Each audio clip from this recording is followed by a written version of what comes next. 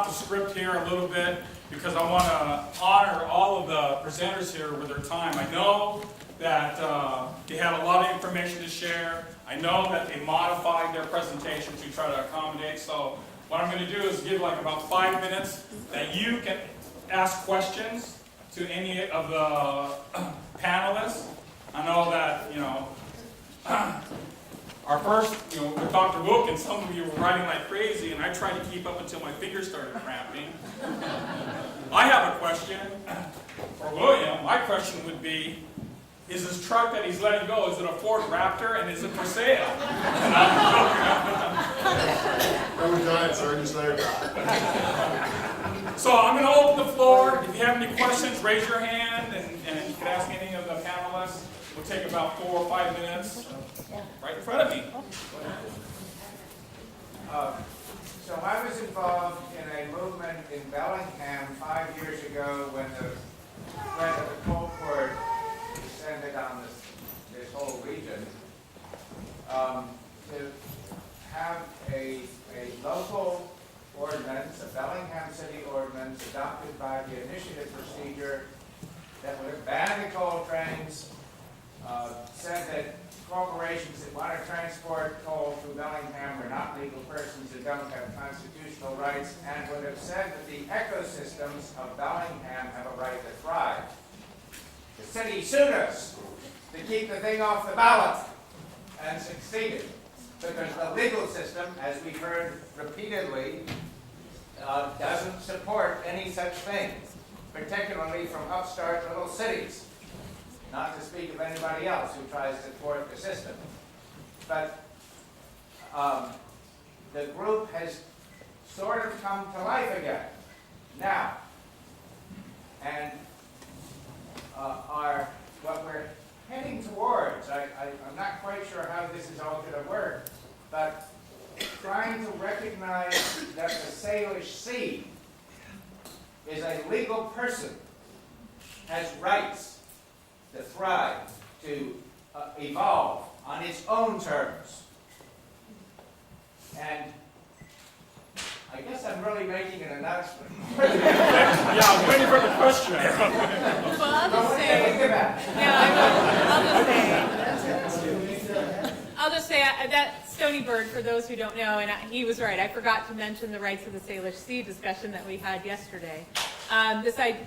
Bring potentially communities, indigenous peoples, others within the region to establish a bioregional vision for the Salish Sea, and within particular municipalities, within tribal governments, putting the rights of the Salish Sea into law within those jurisdictions and joining those jurisdictions together, that the sea itself would have rights that can be defended and enforced. And it builds on, as we talked about yesterday a bit, this idea that ecosystems can have particular rights and defining the rights for those particular people. I wanted to just clarify, this idea of personhood, I think, is a very dangerous one. Because personhood automatically, we think about it in terms of people, of course, but it also doesn't mean that rights accrue. It means we can be a holder of rights, but not that we have rights. And so when we talk about personhood for an ecosystem, I think we really need to be speaking about rights of an ecosystem. Personhood, I think, is distracting. Rights of an ecosystem, because what my rights and your rights are, human rights, what we need to be able to exist, to thrive, to be fully live the lives we need to live in a healthy way. That's not the same needs that a river has or the Salish Sea has, for example. The sea has its own needs, its own defining ways that we can protect the sea. Birds have their own needs. They don't have the same needs as human persons. And so I think we need to begin to think about this. We need essentially a rewrite of how we talk about the law and what we talk about. We need to get rid of the word personhood, as far as I'm concerned, because we're not talking about rights of personhood for a river. We're talking about rights of the river, what the river needs to be a full, thriving ecosystem, just like what I need to be a full, thriving human being. And I think those are different things. We need to think about it from their point of view. What do they need? And so that's just sort of my throw out there. Thank you. Yes, in the back. Yeah, just real quickly, in the practical work that you've done, and in particular, Dave and the lady on the end, think about it in a negative way, but for me, it helps to think about what the obstacles are, in order to devise strategies to overcome those obstacles. And in the opposition that you receive for the establishment of rights of nature, how do you clarify what that opposition is? Have you thought about it in a way that helps to really understand what that opposition is from a personal and human perspective, as well as an intellectual or philosophical or spiritual or whatever? How would you articulate that? I think there's two kinds of opposition, and this is generalizing. There's the opposition of people who will never, and he spoke to it very well, who will never be able to move past this idea that human beings should dominate nature. We know those people, we understand what that opposition is. They're always going to be opposing putting protections on nature above economic development. So that opposition is very clear. The other opposition may come from a more surprising place, which are those people that we think of as natural allies. People who've been working, who you would think would be allies, but actually have a tendency to stand in the way of really fundamental change. And what I mean by that is people who might say, are groups that want to protect the environment, but this is different than how they would go about it. And they would see that this would be interfering. And I think the way to understand why they wouldn't want to do something along these lines, to recognize that nature has rights, I think it's good to look at other movements and the kinds of opposition they face. And just by way of quick example, for example, you have, and we see it a lot, like within the movement, within the gay rights movement, you saw before the Supreme Court had the case on recognizing that same-sex marriage is legal, you had people within the movement fighting amongst one another about whether or not to actually pursue something like that, whether or not to actually push forward that movement, because you see that opposition saying you're trying to move too fast, you're going too far, we're not there yet, slow down, this is not the pathway that we should be going. So they're always going to be within a movement, I think, a split. And we saw that split occur in that particular movement. But you see it in other movements as well, saying that kind of, that powerful motion forward. You have it in the suffragist movement, the silent sentinels who refused to leave the White House and stood there in front of the White House for years. And others saying, don't do that, it's too radical, you're moving too fast, you're creating too much controversy. That can split movements. But I think what's important is understanding that if we don't push forward, if we don't demand change, if we don't have the kind of constant action that we saw at Standing Rock, people refusing to accept the system the way that it is, we're not going to be able to protect the earth. Because we need to not only demand that change, we need to force the change, because every successful movement for rights has been about forcing the system to change. And that's, I think, where we are today. Okay, will you paint? I have a question. Yeah, I have a question relative to when you talk about nature and natural, but from that end to this end, there's reference to law, there's courts, a constitution, courts, and private and public property. Now, how do you see the law as being a part of nature that only finds expression in, say, human courts or in written law? And what is inherent or what is natural in the context of rights? So all these words, either help nature or threaten nature. Courts, doctrine of discovery, U.S. Supreme Court, and on the public-private sector, there is public eminent domain, where you have transfer of that eminent domain to private corporations that run ahead of every one of these pipelines across the country. It's not a governmental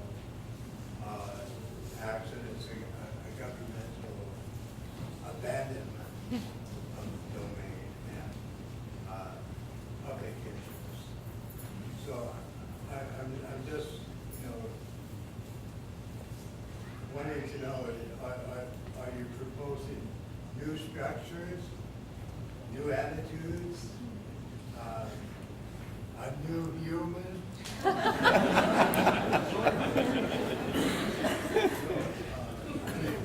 get on these things like public, private, they all get manipulated. Constitutions, you were talking about,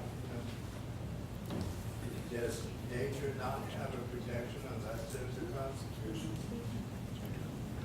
Does nature have protections if there's not a court to say, therefore I am? Yeah, I think, These are just, no, they're all very important ideas and very important questions and thoughts. It does take a rethinking about what the purpose of law and governance is. You know, and so far within the rights of nature world, we've had laws passed recognizing that nature has rights. There have been some legal cases brought, but really where this needs to go is it's one thing for Ecuador to have it in its constitution. But as you may or may not know, within Ecuador, the Correa presidential administration hasn't been very fond of the rights of nature. And so the avenue that people have had to defend and enforce nature has been so far through the courts. But really what needs to happen to fully exercise these rights, as we have seen with other movements, with other recognition of rights, like when we had the Civil War, end of slavery, and we had the 13th, 14th, and 15th Amendments ending slavery, recognizing rights of the freed slaves, it wasn't enough to put it into the Constitution. It wasn't enough. The fight for the rights of African American people in this country continues, because it's not enough just to change your constitution as Ecuador has done. You need to put forward not just legal cases to try to defend and enforce those rights and uphold those rights. You actually need to begin to restructure existing law and put forward new laws that become consistent within that rights-based framework. So within Ecuador, and certainly here and everywhere else, but Ecuador has it in the Constitution, so you have legal cases, and that's important. But you also need to rewrite their environmental laws to bring consistency so that those laws are not only not violating the rights of nature, they're actually about fully bringing to bear those rights. And so it's about really restructuring the very purpose of law and governance from being about how do we use nature to how do we protect and uphold nature's rights, and putting everything through that filter, if you will. And that hasn't happened yet, but needs to happen. but you see, the basis of law and law as opposed to legal or illegal. For instance, you had 2016 saying, I like legal immigration, but I don't like illegal immigration. Right. Yeah. But you had legal slavery for, centuries. Yes. And did we love it because it was legal? Right. No. So I'm saying, there's a question also, are we just all dependent upon law as written by the advocate or them, or do we go beyond laws? I'm going to go ahead and open up that question to the whole panel too for input as well. Yeah. Well, Hank, this is one of the things that Vine really emphasized. I mean, when Christopher Stone first proposed the idea of rights of nature in his seminal article in 1977, as part of that major case involving Disney trying to expand and move into pristine wilderness in California. And Vine wrote about that in his book, The Metaphysics of Modern Existence. And he was very excited about that. But at the same time, he knew it was going to be not easily adopted or expanded or spread, in part because when you look at our nations, right, and we've been talking about indigenous values, and we know about this notion of we are related, right? That is a concept that has become ubiquitous across Indian country throughout here and the indigenous peoples throughout the world. And that sense of responsibility, as he said. And when I was in graduate school, I was struggling with a particular course, and I called Vine one night, and I said, I'm having difficulty with this theoretical political theory course that I'm in. And he said, well, he said, it's like this. He said, whites surround themselves with rights because they're afraid. They're afraid of nature, they're afraid of their neighbor, they're afraid of the river, they're afraid of just about everything. So they surround themselves with rights and try to protect themselves. Native peoples, the key concept is responsibility, as we heard this morning, right? And the notion of kinship, right? And we understood that we had this relationship to the water, this relationship to that tree, with the relationship to that stone, to that mountain, and so on. And so we didn't need to talk about rights because we simply knew that they were our relatives. And if they're your relatives, the notion of reciprocity kicks in, and you're going to treat them right because you know that they're going to treat you right, right? And yet Vine had to pick up Stone's argument, and then he expanded on that in the metaphysics books and also in the chapter in the legal universe in the natural law that we wrote. Because he said he knew that would be the only concept that white people could get their heads around, right? Because rights is such an important term for them.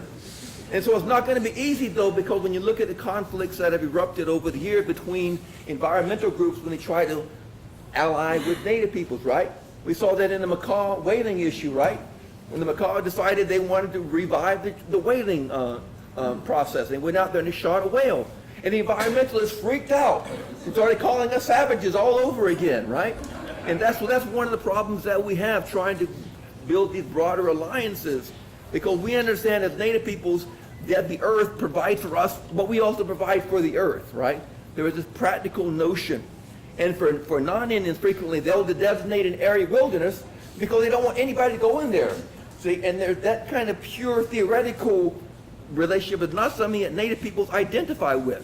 So it's going to be difficult to forge these broader alliances, but I appreciate the work that you started, but it's building upon what we've already always known, with the emphasis being responsibility and kinship, because those are the key terms. And we've got to find a way to work that in, and hopefully the whole chunk episode will continue to expand and grow. Because when you think about it, you know, there are 567 federally recognized nations in this country, and none of our nations, until the whole chunk, assuming they can do it, put it in their constitution, right? Why have we been so reluctant to do that, right? In part because of what I was just describing, I think. But we understand now that we need to incorporate the concept of rights because that's what people understand. But we've got to find a way to indigenize it. Did I just say that word? I'm sorry. And make it work for us. So, yeah.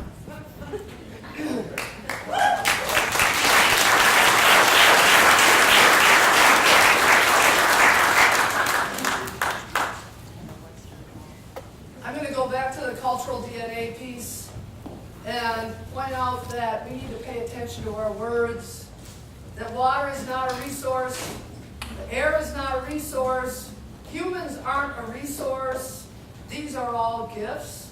Maybe we should start using the word gift.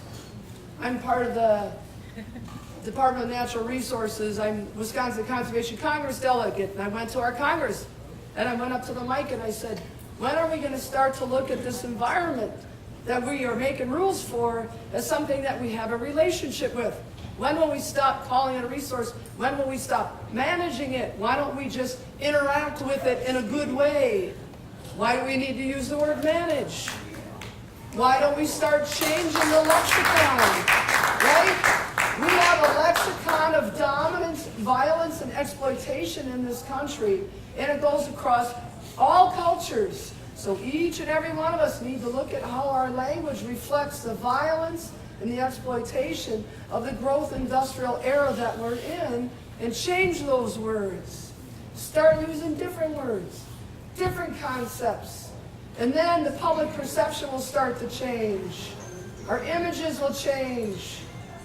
We need to stop thinking about how great it is to be the top country in the world and always supporting military endeavors. We need to start questioning that more. We need to question and use different words. And then the public consciousness will shift.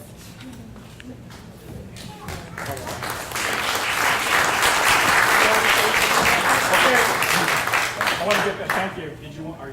Oh, yeah. Just one real quick thing. What Julie was saying about gifts rather than resources, I believe that 100%. You know, we walk on this earth all the time, every day. It's a gift by Creator just to let us wake up. That's what we sit and pray about every morning when we put down tobacco.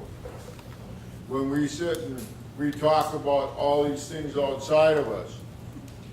We talk about foods like, well, I don't even like saying it. We have to change our verbiage. There's milkweed out there that we eat. That's food. Quit calling it milkweed. It's the monarch plant. We share with that animal, that insect out there. We have to start changing our verbiage, really. I mean, these are things that are gifted to us through visions, through life, walking on this earth. My father used to kick me in the hind end every now and then and say, hey, what are you saying? You learn to talk respectful. I think everybody needs to get a good swift kick once in a while. You know, I'm not a lawyer or anything like that, but I do know what's right and what's wrong. Oh.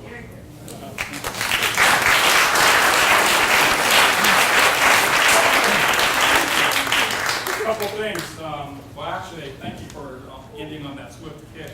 I want to apologize because I'm the one who brought up the water for you, and I meant in a good way, and I understand exactly what you're saying because my swift kick is actually sitting here in the first row, which is my older sister. She told me about, don't be drinking out of that, and don't be using styrofoam, and don't be putting it in the microphone, and change, and don't be... I kid you not, a few years ago, she made me the salad, and I looked at it, and it looked like something a cow would eat. She said, I know this is going to be a shock to your system, but it isn't good for you. So, that's my swift kick. A couple announcements. Again, the flyer is going to be up here on the rights of nature. We'll put it up here, and I'm going to call Althea up for, she wants to recognize the panelists for the good work that they're doing and for helping us out today.